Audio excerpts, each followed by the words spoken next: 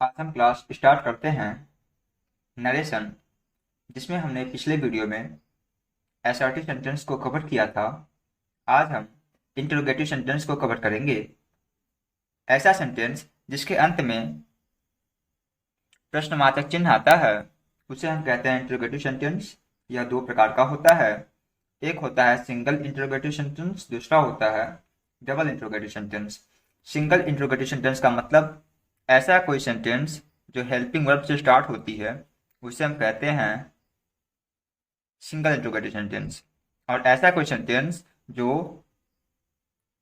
Intro word से start होती है उसे कहते हैं डबल इंटरोगेटिव सेंटेंस। ओके, कुछ बेसिक रूल पे।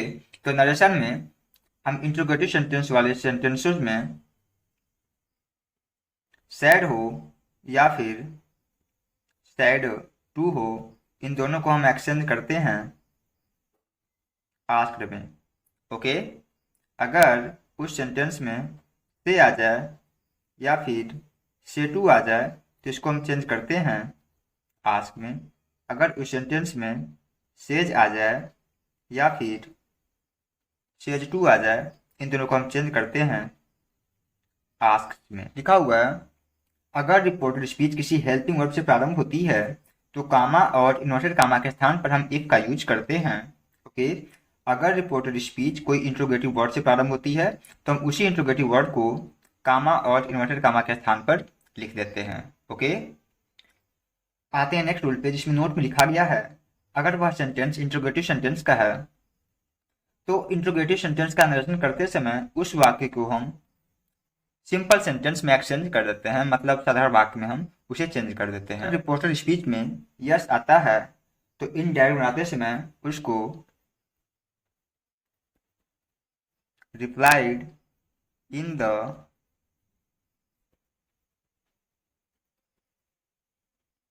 पॉजिटिव में चेंज करते हैं। ओके, इसको आप रिप्लाइड इन द पॉजिटिव या फिर रिप्लाइड इन द अफर्मेटिव में भी चेंज कर सकते हैं।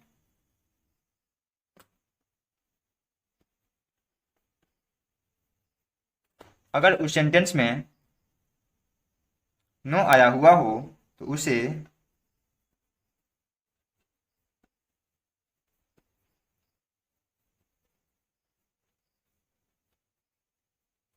रिप्लाइड इन द नेगेटिव में चेंज करते हैं। ओके, ये रहा मेरा इंटरोगेटिव का बेसिक रूल। क्वेश्चन है, he said to me are you going to school. मतलब वह मुझसे कहा क्या तुम स्कूल चल रहे हो। उससे पहले हम इसको देखते हैं, ये इंटरोगेटिव सेंटेंस है क्योंकि इसके लास्ट में प्रश्न सूचक चिन्ह आया हुआ है, प्रश्नवाचक चिन्ह आया हुआ है। और ये वाक्य जो है आर से प्रारंभ है, जो कि आर है ये हेल्पिंग वर्ब है प्रेजेंट कंटिन्यूअस टेंस का। ओके, तो इंटरोगेटिव सेंटेंस में हम सैड या सैड टू के स्थान पे यूज करते हैं आस्क्ड का, तो हो जाएगा ही। आस्क्ड मी का हम मी करने वाले हैं। अब देखिए, ये वाक्य हेल्पिंग वर्ब से प्रारंभ है। इसका मतलब क्या कि कामा और इन्वर्टेड कॉमा के स्थान पर इफ का यूज करने वाले हैं। इफ कर दिए। अब इंट्रोगेटिव है, इसको हम चेंज करेंगे एसआरटी में। तो यू जो मेरा है वो सेकंड पर्सन का है, सब्जेक्ट है। इसको हम एक्सचेंज करेंगे ऑब्जेक्ट के अनुसार। तो ऑब्जेक्ट मी है तो यू के अकॉर्डिंग जो मी है वो यहाँ पे आ जाएगा आई, क्योंकि यू आपका नॉमिनेटिव केस में है और मी ऑब्जेक्टिव केस में है, तो मी का ऑब्जेक्टिव केस आई हो जाएगा। और आर की हम कर देंगे वाज। गोइंग का हम गोइंग करने वाले हैं, टू स्कूल का टू स्कूल। ओके, ये रहा मेरा फर्स्ट आंसर। क्वेश्चन है, he said to me have you done your work. उसने मुझसे कहा क्या तुम अपना काम समाप्त कर चुके हो। इसको एक्सचेंज करते हैं, ही का ही करने वाले हैं। सेड टू के स्थान पे हो जाएगा आस्क्ड, हम मी को मी में एक्सचेंज कर देंगे। ये रहा कामा और इन्वर्टेड कामा, यहाँ पे हैव जो कि प्रेजेंट परफेक्ट की हेल्पिंग वर्ब है, इसलिए इसके स्थान पे हो जाएगा इफ। यू जो कि मेरा है सेकंड पर्सन का, ये है नॉमिनेटिव केस में, तो इसको हम एक्सचेंज करते हैं ऑब्जेक्ट के अकॉर्डिंग। तो ऑब्जेक्ट मेरा मी है, तो मी का जो नॉमिनेटिव केस होगा वो यहाँ पे हो जाएगा आई। हैव को हम एक्सचेंज करने वाले हैं हैड में। डन का थर्ड फॉर्म डन ही होता है। योर आपका प्रोनाउन है, इसको एक्सचेंज करते हैं, जो कि योर सेकंड पर्सन का प्रोनाउन है, इसको एक्सचेंज करेंगे मी के अनुसार। तो यहाँ पे हो जाएगा माई वर्क का वर्क। ओके, ये रहा मेरा सेकंड आंसर। आते हैं अगले क्वेश्चन पर, जिसमें लिखा हुआ है Raju said to me why are you sad. आते हैं अगले क्वेश्चन पर, जिसमें लिखा हुआ है Raju said to me, comma है, why are you sad. Raju ने मुझसे कहा इतने दुखी क्यों हो, तुम दुखी क्यों हो। तो राजू का राजू कर देंगे, सेड टू का हो जाएगा आस्क्ड, मी को मी में एक्सचेंज करेंगे। अब देखिए ये वाक्य इंट्रोगेटिव वर्ड से स्टार्ट है, तो कामा और इन्वर्टेड कामा के स्थान पर मिशी को लिख देंगे, तो वाई का वाई हो जाएगा। अब यू जो है सेकंड पर्सन का ऑब्जेक्ट है, इसको चेंज करेंगे मी का अकॉर्डिंग, तो यहाँ पे हो जाएगा आई। प्रेजेंट कंटिन्यूअस को चेंज करते हैं पास्ट कंटिन्यूअस में, आई वाज सैड का हम सैड कर देंगे। अगला क्वेश्चन है ही सेड टू सीता, उसने सीता से कहा are you going to market, क्या तुम बाजार चल रही हो। सीता सेड यस, सीता बोली हाँ। इसको एक्सचेंज करते हैं, तो सेड टू के स्थान पर हो जाएगा आस्क्ड, यानी यहाँ पे हो जाएगा ही आस्क्ड सीता। अब ये हेल्पिंग वर्ब है, तो यहाँ पे हम इफ का यूज करने वाले हैं, तो यहाँ पे कर देंगे इफ। योर जो कि मेरा सेकंड पर्सन का ऑब्जेक्ट है, इसको एक्सचेंज करेंगे ऑब्जेक्ट के अकॉर्डिंग, तो ये सीता का हो जाएगा सी। आर का हम यूज कर देंगे वाज में, गोइंग का हम गोइंग करने वाले हैं, टू मार्केट का टू मार्केट हो जाएगा। ओके, अब यहाँ पे आंसर के फलस्वरूप मेरा आया है सीता सेड यस, यानी सीता ने बोला हाँ, जिसको एक्सचेंज करेंगे सीता यस को हम एक्सचेंज करते हैं रिप्लाई इन द पॉजिटिव में, तो यहाँ पे हो जाएगा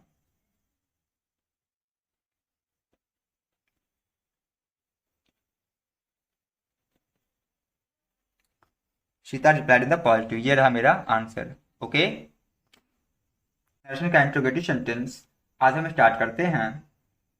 नरेशन का इम्परेटिव सेंटेंस, इम्परेटिव सेंटेंस का मतलब होता है आज्ञा सूचक वाक्य, ऐसा वाक्य जिसमें कर्ता ना हो, वह वाक्य हमेशा क्रिया से प्रारंभ हो, उसे कहते हैं आज्ञा सूचक वाक्य। मतलब ऐसा वाक्य जो हमेशा मुख्य क्रिया की पहली अवस्था से प्रारंभ होती है, और उस वाक्य से हमेशा हम किसी को आदेश, सुझाव या परामर्श देते हैं, उस वाक्य को हम कहते हैं इम्परेटिव सेंटेंस।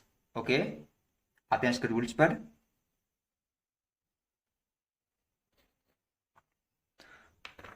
इसके रूल्स पे आते हैं, तो इसका जो सिंपल रूल होता है, इसमें सैड या सैड टू के उसके सेंस के अकॉर्डिंग चेंज करते हैं ऑर्डर में।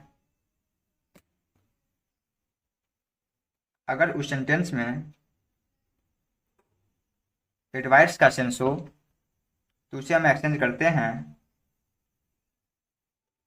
एडवाइस्ड में। अगर उस सेंटेंस में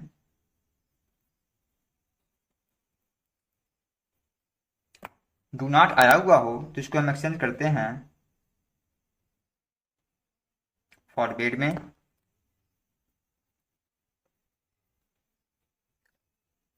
अगर उस वाक्य में नेवर आया हुआ हो, तो इसको हम एक्सचेंज करते हैं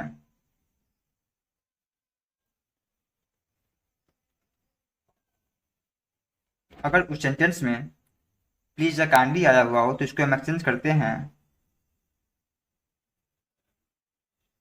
रिक्वेस्टेड में।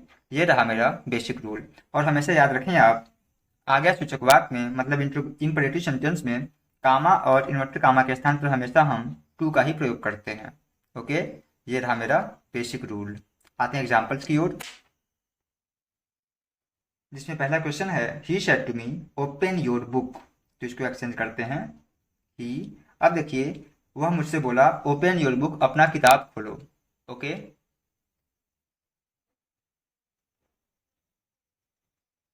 अपना किताब खोलो, तो वो मुझे ऑर्डर दे रहा है, तो यहाँ पे सेड टू के स्थान पर हो जाएगा ऑर्डर।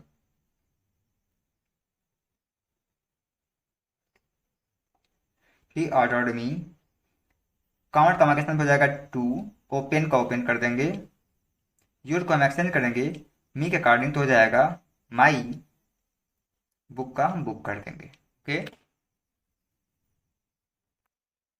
अगला क्वेश्चन है ही सेड काउंट कमा डू नॉट गो देयर, वह बोला वहां मत जाओ, तो ही का हम ही कर देंगे, क्योंकि ये वाक्य डू नॉट से स्टार्ट है, तो इसको हम एक्सचेंज करते हैं फॉरबेड में, तो ये हो जाएगा ही फॉरबेड, काउंट ट्रांजेक्शन में टू कर देते हैं ही फॉरबेड। अब डू नॉट को हम यहाँ से हटा देंगे, क्योंकि इसका यूज हम यहाँ पे कर चुके हैं।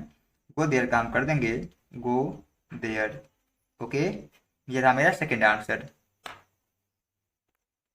अगला सेंटेंस है ही सेड कॉमा और कॉमा में प्लीज हेल्प मी, वह बोला कृपया मेरी सहायता करें, तो हम ही को ही कर देंगे क्योंकि यह बात प्लीज से स्टार्ट है, तो इसको हम एक्सटेंड करते हैं रिक्वेस्टेड में, तो हो जाएगा ही रिक्वेस्टेड, कॉमा और कॉमा के साथ डू का यूज कर देंगे, ही रिक्वेस्टेड, प्लीज को हम हटा देंगे यहाँ से क्योंकि प्लीज को हम एक्सचेंज कर चुके हैं, हेल्प को हम हेल्प कर देंगे, और मी रहा मेरा फर्स्ट पर्सन, इसको हम एक्सचेंज करेंगे सब्जेक्ट के अकॉर्डिंग, तो सब्जेक्ट मेरा ही, मी जो कि है आपका ऑब्जेक्टिव केस में, तो ही का ऑब्जेक्टिव केस हो जाएगा हिम। ओके, अगला सेंटेंस है she said to her boy, वो अपने बच्चे से बोली, नेवर अब्यूज एनीवन, कभी किसी को गाली ना दो, तो सी को हम सी कर देंगे, नेवर को हम एक्सटेंड करते हैं एडवाइस नेवर में, तो हो जाएगा सी एडवाइस्ड। अब देखिए अगर उसके बीच एडवाइस्ड और नेवर के बीच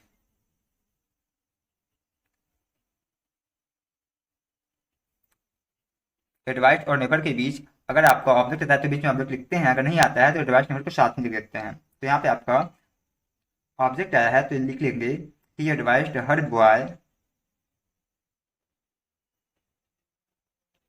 नेवर टू